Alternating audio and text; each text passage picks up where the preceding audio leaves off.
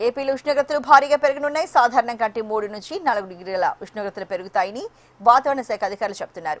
విశాఖ, శ్రీకాకుళం, మన్యం, విజయనగరం, ఉభయ గోదావరి, గుంటూరు, ప్రకాశం, కడప, నెల్లూరు జిల్లాల్లో తీవ్రంగా వేడి గాలులు వీస్తాయి. ఉత్తరాంధ్రలో తేలికపాటి జల్లులు కురిసే అవకాశం ఉందని తెలిపారు. దీనిపై మరింత సమాచారాన్ని మా ప్రతినిధి అనురాధ అందిస్తారు. ఆంధ్రప్రదేశ్లో ప్రస్తుతం వాతావరణం గనక చూసుకుంటే గనక ఈ టైంలో బయటికి రావాలంటేనే అబ్బో అనే పరిస్థితి అయితే మాత్రం కనిపిస్తుంది. ఎందుకనంటే టారెత్తిపోయే ఎండలు అప్పుడే ప్రారంభమైపోయాయి. మరి వేసవి సీజన్ స్టార్టింగ్లోనే ఇంత స్థాయిలో 40 డిగ్రీల వరకు ఉష్ణోగ్రతలు నమోదవుతుంటే ఇంకా 2 నెలల వేసవి విడిది చాలా ఎక్కువ సమయం ఉంటుంది. ఆ సమయంలో ఇంకా ఎంత ఎండల్ని భరించాల్సి వస్తుంది అనేది అసలు పబ్లిక్ అయితే మాత్రం అమ్మ బాబాయ్ అంటున్న పరిస్థితి అయితే కనిపిస్తుంది. ప్రజెంట్ వెదర్ రిపోర్ట్ కనుక మనం చూసుకుంటే కనుక దాదాపుగా ఏపీ అంతటా కూడా ఉష్ణోగ్రతల శాతం 3 నుంచి 5 డిగ్రీల వరకు కూడా పెరుగుతూ ఉంది. దాదాపుగా ఈ ఉష్ణోగ్రతల శాతం అనేది క్రమేపీ ఇంకా ఇంక్రీజ్ అయ్యి గరిష్ట స్థాయిలో ఉష్ణోగ్రతలు నమోదయ్యే అవకాశం ఉందని వాతావరణ శాఖ తెలిపింది.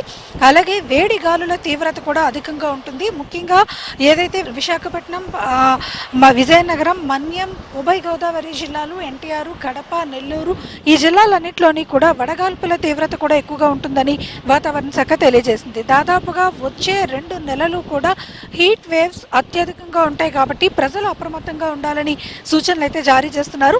ప్రస్తుతం నేను విశాఖ బీచ్ రోడ్లో ఉన్నాను. ఇక్కడ పరిస్థితి కనుక చూస్తే వేడి గాలుల తీవ్రత అనేది ప్రస్తుతం మనకి కనిపిస్తూనే ఉంది. అయితే దీన్ని బట్టి చూస్తే కనుక ఇక్కడ రాబోయే రోజులు ఎలా ఉంటాయి, అలాగే ఎండల్లో వచ్చేటప్పుడు ఎలాంటి ప్రికాషన్స్ తీసుకోవాలి అన్నది ప్రస్తుతం మనం ఇక్కడ కొంతమంది ఉన్నారు, వారితో ఒకసారి మాట్లాడదాం.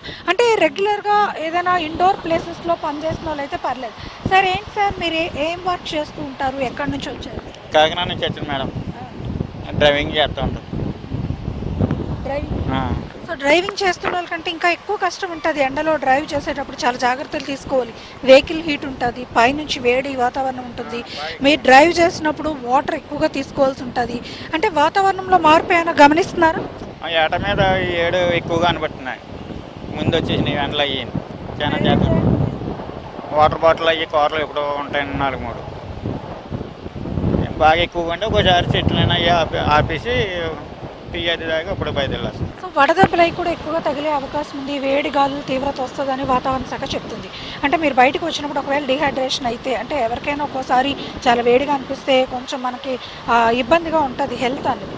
అలాంటప్పుడు ఏం జాగ్రత్తలు తీసుకుంటారు మీరు? అంటే డ్రైవింగ్ చేసే వాళ్ళకి ఇది ఖచ్చితంగా పాటించాలి, చాలా అవసరం.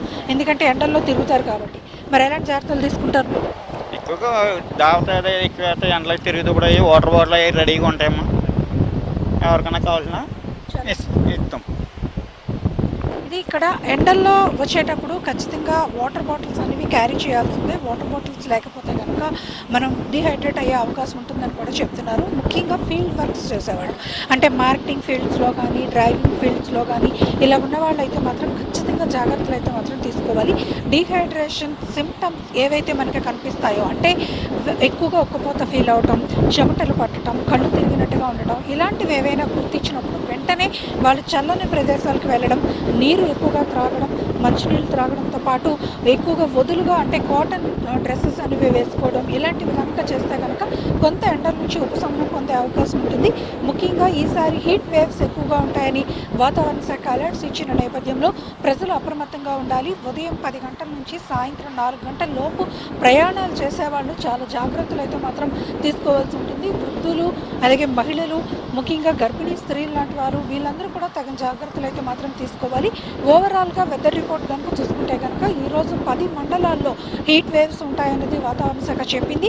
అలాగే అత్యంత వడగాల్పులు ఉండే తీవ్రత కూడా ఉండే అవకాశం ఉంది. ఉదయం 11 గంటల నుంచి మధ్యాహ్నం 3 గంటల లోపు. వీళ్ళు ఈ సమయంలో ప్రయాణం చేసేటప్పుడు జాగ్రత్తలు తీసుకోవాలి. ఓవరాల్గా వచ్చే 2 నెలలు కూడా చాలా వేసవి తీవ్రత ఉంటుంది కాబట్టి ప్రభుత్వాలు కూడా అప్రమత్తమయ్యి చలివేంద్రాలు లాంటివి అవి కూడా పెట్టాలని మరి ప్రజలు కూడా కోరుతున్నారు. ఆ విధంగా చర్యలు చేపట్టాల్సిన అవసరం ఉంది. ఓవరాల్గా మనం చూసుకుంటే కనుక ఏపీలో ఇటు ఉత్తరాంధ్ర, కోస్తాంధ్ర జిల్లాలతో పాటు రాయలసీమ జిల్లాల వరకు కూడా అత్యధిక ఉష్ణోగ్రతలు నమోదయ్యే అవకాశం ఉంది. 40 డిగ్రీల వరకు ఉష్ణోగ్రతలు నమోదవుతాయని వాతావరణ శాఖ ముందస్తు హెచ్చరికలు జారీ చేసింది కాబట్టి తగిన జాగ్రత్తలు అయితే మాత్రం తీసుకోవాల్సింది. వీడియో జర్నలిస్ట్ ధనుష్తో అనురాధ, HM టీవీ, విశాఖ.